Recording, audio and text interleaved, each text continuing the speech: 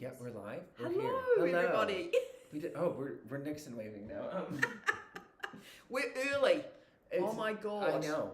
Instead of late, That we're clock early. is behind as well. It's a whole situation. We'll get there. Oh, the chat is stroking out. Okay, it's settled. There we go.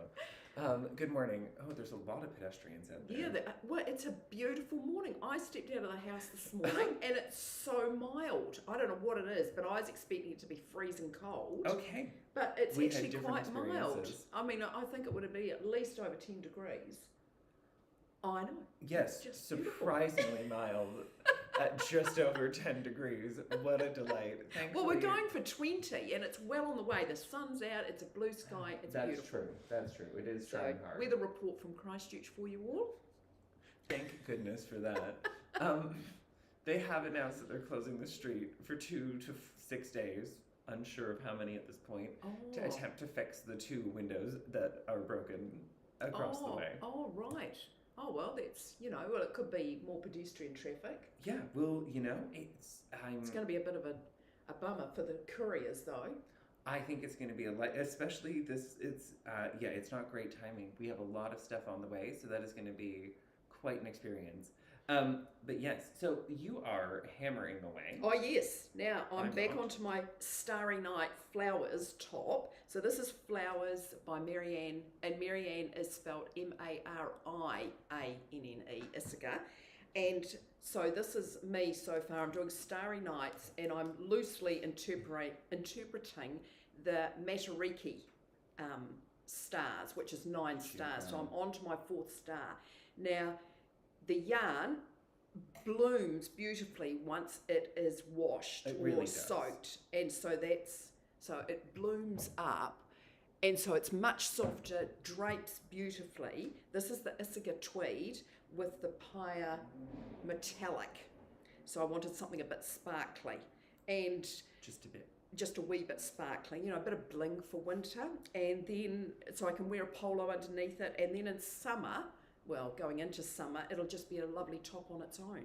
So I have to admit the metallic has taken a while to get into the groove, but now I've sorted it out. It's not messing with me anymore, I'm messing with it. Are there any tips for those playing along from home if they're going to get, well, indulge in some metallic intarsia?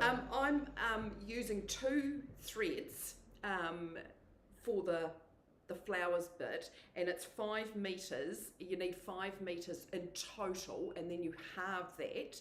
So what I did, instead of having 2 loose ends, I fold the yarn in half and put the joined end at the start of the winding on my little fish.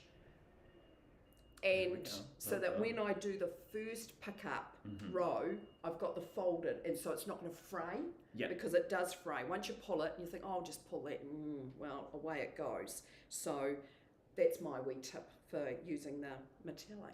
There we go. Yeah, and then just, at the end you can knit it in like the weaving Stephen, which we've all done before. So, and then just thread it back, and you don't get all the loose ends. So I'm sort of semi-proud of the back of my work. I think it looks quite neat. It does. I'm very pleased the with ambulance it. is leaving. Yeah. So yeah. The So morning's that's me. looking up for the cafe. Good morning, Mum. My mother has come in, and good morning to everybody who's joined us. Whew. So what are you knitting? I am finishing up a new high street hat for myself. I'm a frequent loser of hats. It's a story of my life. Okay. So I'm making a new hat that actually goes with the brioche that I'm wearing, because we're also going to be doing a crosshatch knit along, and my yarn for that is now freshly on its way, which is great news. And so we do have that coming up. So we're going to start putting up some suggestions of how to pair the yarns, and we actually have lots and lots of great Ulyss and Juliet colors still in stock for that. Yeah, there's a fabulous display. Yes, and the good news is it's actually quite yarn efficient. The pattern is a little, in my experience, having knit it twice now, it's a little generous in its meterage suggestions. I don't think most knitters will need nearly that much, because, and this, contrary, now I believe when we start these rectangular knits that you're going to be leading the way with something that's not in brioche. Not brioche. Not Christine in brioche. is still getting counselling on that. That's okay, because I found something today. Oh. This is Before a I came surprise. in, I found something today that is a rectangular shawl Right. with circular intarsia sections done in rectangular blocks Oh. that you do as a fade. So you fade the rectangular blocks across the entire thing by Amber O'Brien. And it comes out at the end of June, just in time for the knit-along to start. Wow. Okay. Well, I'm excited with that. I know. I saw it today, and she had it draped, so she had the circles folded in half and meeting. So it was the two opposite ends of the fade were lined up perfectly, and the middle was across the back of her neck. And I have to admit, I'm now desperate to make one. Amber O'Brien, you've done it again, you clever minx. Ugh. And there's a there's a small version as well that's a square that you wear like a kerchief. Oh. That's also quite clever. I'm not normally a fan of a lot of things, and I really love the simplicity and the just thoughtfulness. It's very Bauhaus and very modern knitting and very much not frumpy. That's all I have to say. Well, I'm very impressed. That's what we're all looking for. And look, honestly, people, intarsia is not scary. No, it's very pleasant. It's you get into the groove of it, and I just love it actually. Mm-hmm. And even though this looks, and I was trying to finish off on this because at one stage I had four of the little fish and then the main ball at the start, and did it, and I'm whizzing through it, so I'm really pleased. Yeah, and this one will definitely just be like one contrast color and two main colors. Right. Okay. So do I get a bonus of a 4mm needle, or we don't know yet? I think you do. Whoa! I know, with a fingering weight yarn. It's frisky out there. Because I follow Moonstruck Knits on Instagram, which is Natasha Hornsby, and she's just posted a summer top that she's made, and she said, while we knit comfy knits, stylish is always, an option. And I thought, that's what I do. We can have comfy knits, but I'm in the back of my mind when I'm choosing a new pattern, I'm looking for thinking, well, where am I going to wear that? You can't just wear everything at the weekend or on casual days.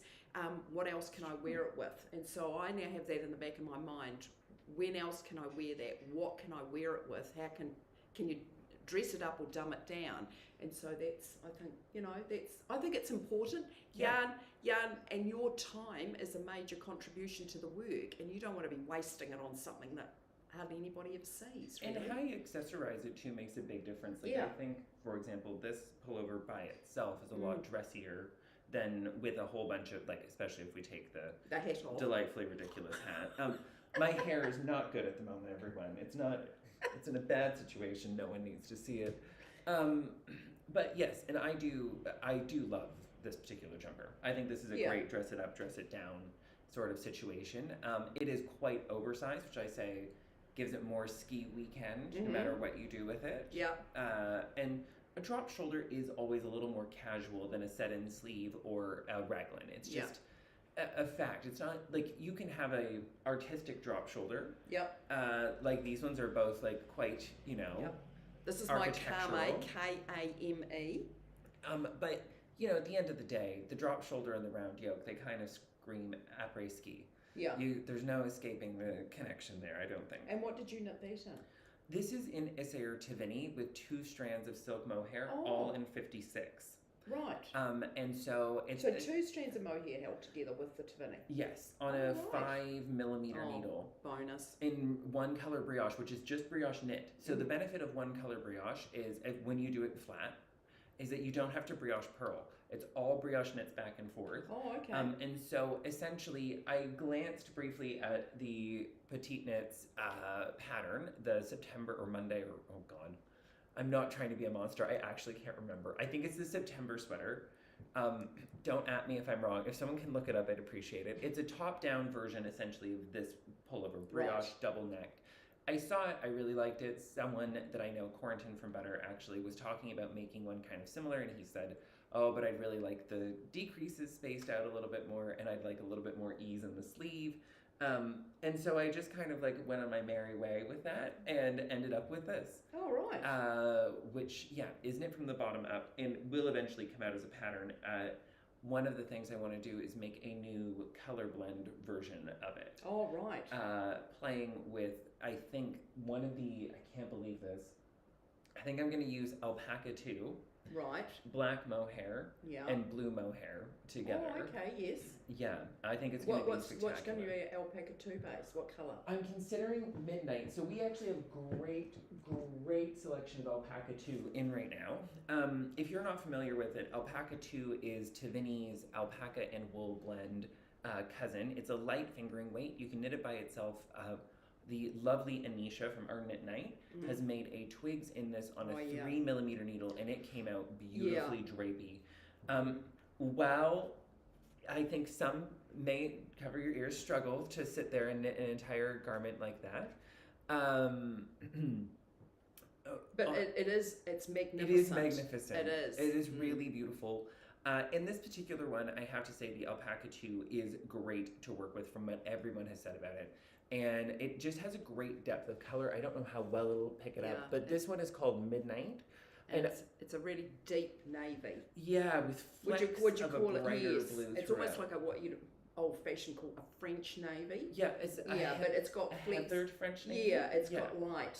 And that's just from the difference in the color between the alpaca fiber and the wool fiber and how they interact with the same dye, because they're blended together. So what's the percentage of alpaca in there? 50-50. Oh, right. So it's 50% alpaca, 50% wool. Because this is 25 alpaca, 75 wool. No, I think it's actually mohair in the tweed. Is it? I think so. I think it's 20% mohair, 80% wool. Oh, right. Okay. I could be wrong. Yeah, I don't think so. Sorry, everyone. I'm the world's greatest monster. Yeah, no, have I got any labels? Oh, yeah. I can grab one. Let's grab one. Let's grab one to see. Oh my God, don't tell me. I usually memorise all this. Oh my God, it's 70 wool, 30 mohair. Oh my God, it's not alpaca. We're both wrong. I've always thought I got this the was mohair alpaca. right and the percentage wrong, but you got the percentage right. Yeah, no, it's mohair. I must have been knitting with something else. Yeah, it's lovely. So is that's lovely. another 20% more. That's got alpaca and this has got mohair. Right. Yes. So but these are still ones that you can substitute for Tavini into this pattern, for example. Like, I have been honestly quite psychotically playing around with a banana yellow situation. I love that colour. I do too. The lemon is really beautiful. We've got some great new silk mohairs coming from both brands. I can't wait to see what they look like. But I do really think that this one with some... We've had a conversation about this. This is perfect for people that can't wear mohair, isn't it? That's, Well, the alpaca one as well. The Yeah. alpaca one is another great thing that we're trying to expand the color range on over time. And we also do have the Eco Soft Fine. This is the thing with Isager. It is a complete yarn universe unto itself. Yeah, it is. And the variations inside of it are somewhat endless, which is really pleasant when you're like, I don't want to say bored. Bored isn't a good word. But if you've been out knitting for quite a while and you're ready, or you're a new knitter, but you're ready for that next step, I really do think Isager's patterns and yarns, even if you end up re-knitting something that you've knit before, but explore a new way of combining the yarns using their bases, I think it has a lot to offer in a way that you don't, because of the variety of the bases and the near endless ways that they combine them. And when you're just like, are you sure about that? And what has really impressed me is the way they wear. Yes. They're just, you can thrash them to death and you would never know that you'd been all the time. Constantly wearing it. That's been the delightful aspect that's hit me, really. Yeah. So it's, it's well worth it. Yeah, I really have to say it's a great time. Their patterns are definitely an adventure in a really positive way.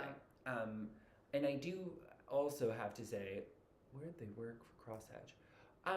You could go on an Isager adventure for crosshatch for sure. You could use one of their fingering weight yarns and then hold a fingering, like the same fingering weight yarn double essentially for the other weight. Right. So you could, for example, mix the alpaca 2 with itself in 2 different colors. You could theoretically hold one strand of the Isager tweed for the fingering weight on the one side and 2 strands of alpaca 2 on the other for something like this, which would be very dynamic.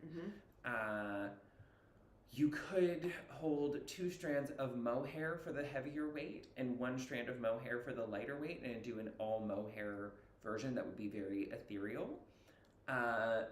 This is the problem. When you start down the Essayer rabbit hole, you find out that it is indeed a rabbit hole, because it's not so much what you can do with it, it's what do you want it to be like. And the options even now are starting to expand quite rapidly, because you could mix Tavini in here with a silk mohair, for example, to use as one side in the DK weight. That would work really, really well, I think, and give a lot of structure and fluff and visual interest. And then use a strand of alpaca too as the as the fingering weight. Like that combination would be really comfortable to wear next to skin. It would have a lot of benefits and offer you a really wide palette with two kind of different tones, because the Tavinis on the whiter, creamier wool tend to be, the non-S shades tend to be quite a bit brighter than the alpaca twos. So it also gives you kind of a fun, different depth of mood on each one. Which is like that gooseberry I made that I wore last week. I used Tavini instead of the alpaca too. So the fluff was only coming through on the mohair. I think if I'd knitted in that, it would have been a fluffier version. Absolutely. So the way I knitted it, I'm just so happy with it. I really love the one that you've done. And I felt very stylish when I met a friend later that day. Gosh, I was really dressed up. She sort of did a double take and said, yeah, well, hello, this is all my own knit and my own styling. Yeah. Well, welcome to our universes, everyone. We wake up dressed like this now. And it is true, oh goodness, I skipped right past the decrease. It is true, when you are knitting and wearing your own stuff more, like you do definitely, and Natasia's right, knitting for style is important. It's certainly more entertaining. The knits that you end up making are more interesting when you start to think about it, even if what you're doing is relatively minimalist. Like, I've been thinking about this a lot because a lot of our Knit Night members have been doing, and this isn't like good or bad, it's just what's been popular in Knit Night, a lot of petite knits. But people are definitely ready, not because they're done with petite knits, but they're ready to try other stuff. So I've been really trying to think for people who aren't like Christine and I, going on our a journey. Yeah, our knitting journeys, our kind of atypical adventures in what we're making.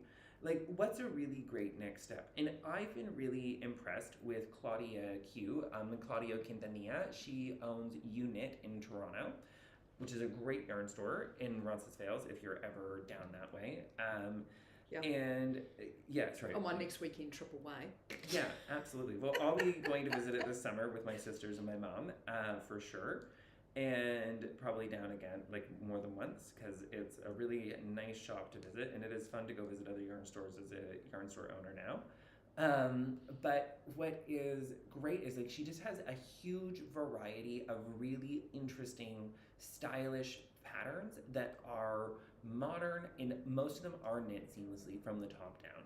So for a lot of people who are looking to progress from where they are, possibly doing petite knits but looking for something more embellished or with different fitting options or with things like that, I do really think that Claudia offers a huge amount to people and is a really great next step with well-written, well-thought-out patterns.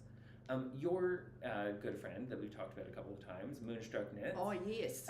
Natasha Hornby. She's definitely got to be somebody that people are looking a little bit more at. And for those of you that knit in the round, she'll say her patterns are knit flat, which is what I did with the Daisy, because I thought, but it wasn't knit flat. Well, it was knit flat, but you joined, it was a really interesting construction, and there were no seams to sew up. Everything was sort of picked up, and then you sewed the next bit, and then joined the next bit, and then, you know, for fun, it was in the round around the bottom, I think, for the basket weave rib style.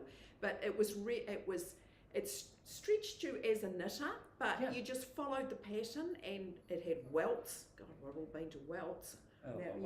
But it was a fun addition, and that was often how she hid the seaming that you actually knitted, rather than with a needle, as in the hook, an eye with a needle. So she has, and she does a lot of mosaic, which makes it look as if you've gone to an awful lot of effort, but it's not. No, you're only ever knitting with one colour on a row, And so she uses that. So mosaic, when you see mosaic, don't get scared. Think, I can do that, because you can do it. You can absolutely do it. Yeah, so it's got slip stitches, and then you just knit with the one colour and a slip stitch. So it's a breeze. So she's got some great shawls, but she's got some really interesting knits. And don't get put off, because she'll knit a garment for the picture, and it'll have a short sleeve, and then it has a long sleeve, and you're thinking, and then you think, oh, well, I'm doing the short sleeve, and then you look at the pattern and you think, oh my God, has it got long sleeves? So she just shows both styles on the one garment, saves her having to knit another one, and then you can go on the other pages and see what other people have done. So that's really interesting, and I thought that's a good tip actually for people. And she's a real winner overall pattern wise. Like people tend to go back and knit her stuff more than once, which I think is the strongest endorsement you can give. Although sometimes it does turn into a little bit of Stockholm syndrome. Like people do seem to like go back to the well that's poisoned them before. We need to work on that as a knitting group, like culture overall, globally. We need to be like, okay, no, that's a not great experience. Let's not repeat it. And like, I'm just gonna float my concept that if you have to put hints online for other people to successfully finish a pattern, we should stop knitting that pattern. As a group, we should just move on. I don't think she has video clips that you do, but she has because I'd never done welts before, it's quite involved, but the finished effect is wonderful. I love making it's a really welt. lovely. Yeah, it is and beautiful. You're thinking you're partway through and you're just ready to sort of slash your wrist, but you just keep pursuing because you know it's going to look great, and it looks fantastic. What I can say is, if you are somebody who has soldiered through more than one Westnitz knit along, you are prepared for Natasia. Like, he has more than broken your will to resist. So don't worry, she will feel like a dream after that experience. I have to also give a big, if you were looking for kind of unusual ways of applying knitting concepts and a little bit more interest, I'm a big fan of Olga Buria-Kefelian. Her handle is Olga Jazzy. I don't think that we as a knitting community really like value the concepts that she comes up with enough, and the cool things that she does with like next to nothing. And every time you look at something from her, your eyes will boggle, and the pattern will be 2 pages and make perfect sense. And she's very much into what they call 3D knitting. So she has, it looks like it's been folded. I actually haven't knitted anything, but a few of the people at Knit Night have, and you have. I've done a bunch. I love it. And they're just, it's worth just looking at it and thinking, oh, okay. You know, like me, an adventurous beginner knitter. Beginner. Nothing's advanced, so you know but it looks advanced. I have to say, like we've been talking a lot about knit-alongs and trying to get more people involved and find different things. And so like I know a lot of people are excited about crosshatch, and I super am obviously excited about crosshatch because now can we just put a rider on crosshatch? It's for winter 2026. Yeah, this is a long. We're not. This is like you're not going to get this done in 6 weeks.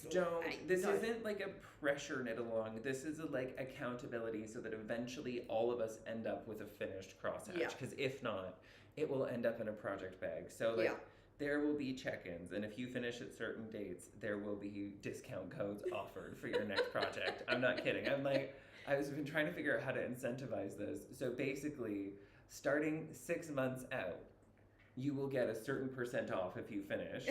And then every month, a little chunk is going to come off the code until you're done.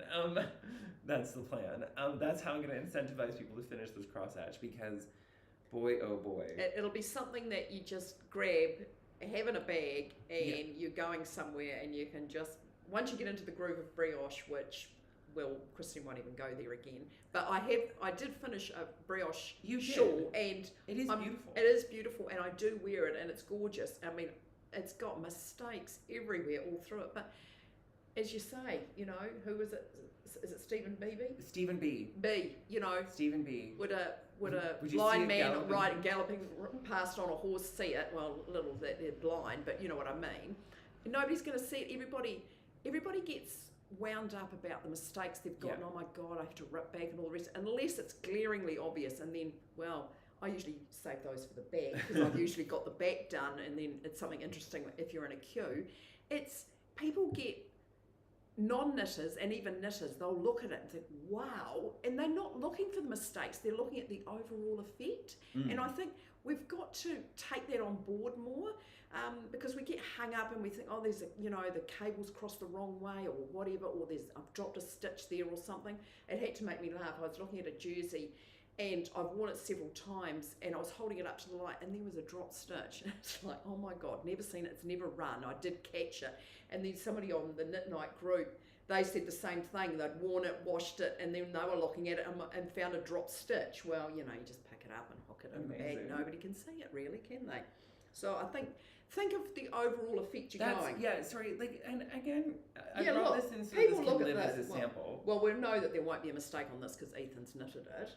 Whereas my head, I will say the front and the back. What happened? I pulled a bit of a whoopsie poopsie, and I misspaced. I'll be honest. I misspaced. You can't tell at all. No. I misspaced the first row of the dots. Now I fixed it, and what I was gonna say is the lovely thing about silk mohair, held double, and when things are busy, is that it really does hide all sins. Like, the good news is people are so busy looking at the stripes and the dots and the moving and the different fabrics and the textures, and they're petting you and they're not paying attention. No one could tell. I could have made, you literally, I think that's the other weird secret about the Essayer patterns, is they're kind of foolproof, because they're so deceptively simple. Because when you first look at them and when you read the instructions, you're definitely like, what in the... And then I say this to people now all the time. Don't worry, just start knitting it. By the end of the swatch, all will be clear. Now, that's not true. All will not be clear. However, by the time you get to whatever part of the garment the swatch refers to, all will suddenly click into place, and you'll be like, oh, well, this is the easiest thing in the world to knit. Because the way that they write the patterns forces you to know what you're doing, not necessarily how to do it. If that makes sense. Yeah, because for this, the swatch is a page, and I'm looking at it thinking, oh, really, do I have to do that? But I did it because it was a brand new pattern and I had to get back into the groove of Intarsia. And honest to God, best thing ever. And then you turn over to the pattern and it's like, cast on. Follow the swatch pattern. And it's like, oh, well, thank God I did a swatch. So another round. I do swatches I find they're really good if it's a tricky method like Intarsia, or there's a cable or something, and it's really just to get into the groove. Make your mistakes on the swatch so that when you hit the main garment, you think, oh yeah, I remember doing that on the swatch. And swatches can be your best friend, especially if you've got a new cast on technique, or if somebody is doing something that, especially if gauge looks suspicious, right? Like if someone's like, I got 14 stitches on a 4mm needle with a DK weight yarn, what in the, what is happening there? So sometimes people make mistakes, and the garment calculations will actually be correct to a normal gauge, but the gauge stated will be wrong. So don't be shocked by that outcome. That's happened more than once. And swatches are a good way to practice, especially if you're going to be changing something. So if you know that somebody has done a rib that has flared for you on previous garments because of the way that you knit, so you want to convert it, test it out on the swatch. And for example, if you're dealing with something where there's bulging or flaring inside of the rib, it's something that I talk about on the Flock Online in quite a bit of depth. But there are actually ways to diagnose and fix that before you start knitting, so that it's not a problem. And swatches are really good tools for assessing those sorts of things and figuring out why something has happened. And you do have to swatch the way you're going to knit, though. So if you're knitting in the round, please swatch in the round. And if you're knitting flat, swatch flat. And if you're knitting in the round, try it flat. You'll feel better afterwards. No, we're not we should we should keep trying to convert people, but one thing at a time. Speaking of one thing at a time, more importantly than anything else that's happened. Oh, actually, these two, which I keep forgetting about. I don't know. Have you seen these? They're right. So. Oh my God. The most devious part of the joy of the redesign project is that they come in now a taupe. And we have the 9. Taupe, everybody, Taupe. with a W? Taupe. I think it has just a U in it. T-A-U, taupe. Taupe, sorry everyone. Taupe. Taupe. Taupe. Taupe. I'll let her announce the colors from now on. So I'm really, really enamored with this color. I think that it looks absolutely fantastic and would be a great addition to your wardrobe of And then I'm project just bags. looking at... Yeah, there's This a is- 10. There's a look at 10 as this. well. So if you've been sitting around waiting for your perfect redesign bag, good news. It's here now. And it's, what color again? Taupe. There we go. And this little guy Oh that I yeah, handed look Christine. at this. Look at So this this is a cute little stitch marker and accessories tub, and it's modeled after the big bucket. So if the big bucket is not quite ready to Yeah. come join your life, So this is the little accessories tub. This is Project 47 Project 47. and Burned Tan. Yeah. And I'm in love. And they look Yeah. great together. You can mix and match across the ranges. And Don't be it's shy. and this is quite firm on because it's leather, Yes. but it so comes it's off not a easily pop if you're off. one-handed and you need to do something. That would be great with little stitch Exactly. markers, etc. Now, I have prepared a document for Christine and I to review, which we will do, and then I will fire up an Instagram post about the winners of the knit-along because Yeah. I have failed in my duties to get that done. And so 2 more people are going to be receiving Project 36s. The lovely Amy definitely Yes. Was the winner for the in the round. So we will be getting the rest of the information out next weekend. yes? I'm not here. I know. I'm in Auckland next weekend at Woolfest. Wow. I know, right? So there may not be a show at all. We'll find out. I might do a little live briefly from Auckland Woolfest while everyone else is setting up and I'm rolling my eyes.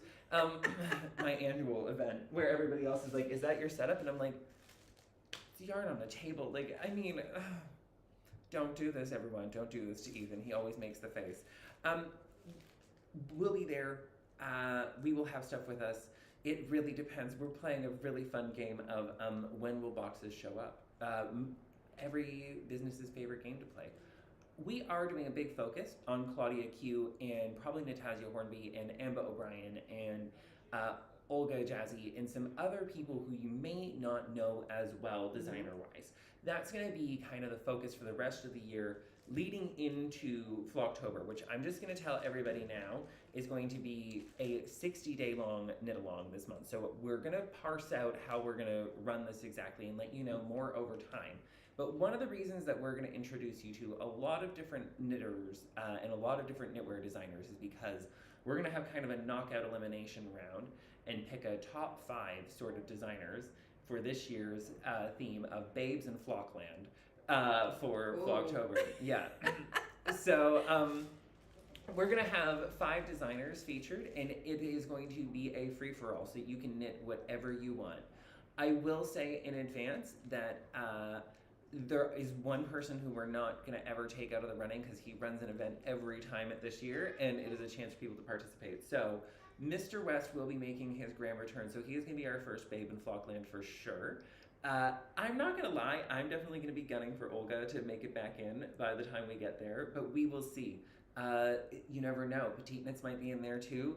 It's going to be a free-for-all to figure out who the 5 designers are, and that's how we're going to do it this year. So that way there's maximum choice and a decent knit-along thing. Yeah, so there's no pressure that you can just plow away at it. Exactly. Yeah. And the hope is, what we might be able to do, and this is what I'm going to tell you, Christine, the hope is that we're going to hopefully have 3 additional co-hosts for part of this. Oh, cool. So that we can get people to follow along with somebody who is their kind of avatar for the Babe in Flockland. So as we get closer to time, we'll figure out the 5 designers, and then you will hopefully, by then, Christine and I will have worked on 3 other people to show up with us on Saturday morning for 6 weeks. It's going to be a time, and by then, we will have both selected our Babes in Flockland. I am kind of hoping that someone comes and takes Stephen away from me, because I'm not sure that I want to do that and not anything else this year, but we'll find out when we get there. Yeah.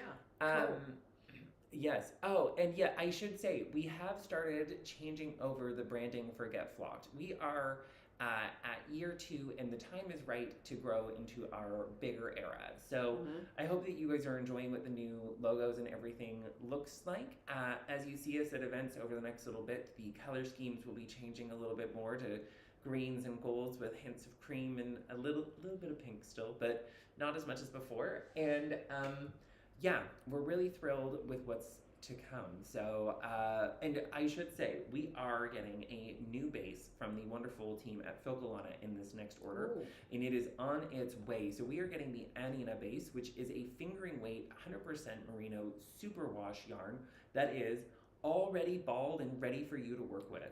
There So you go. if you have been hunting for the perfect superwash yarn for a project that you have coming up, we have that flying on its way in, along with 26 shades of Tilia silk mohair that they have not had in stock for more than a year. So please get your engines started and start browsing online, because you know what we haven't done a good job of, and I'm hoping that this is something that we might be able to work in next year, is a whole Filcolana knit-along, because they have, I think, the largest pattern repository of any brand. It's huge. And they are free and beautiful and innovative and interesting and varied. So do go check those out too. Whew. Okay, we gotta go. Okay. Thank you very much, everybody. And you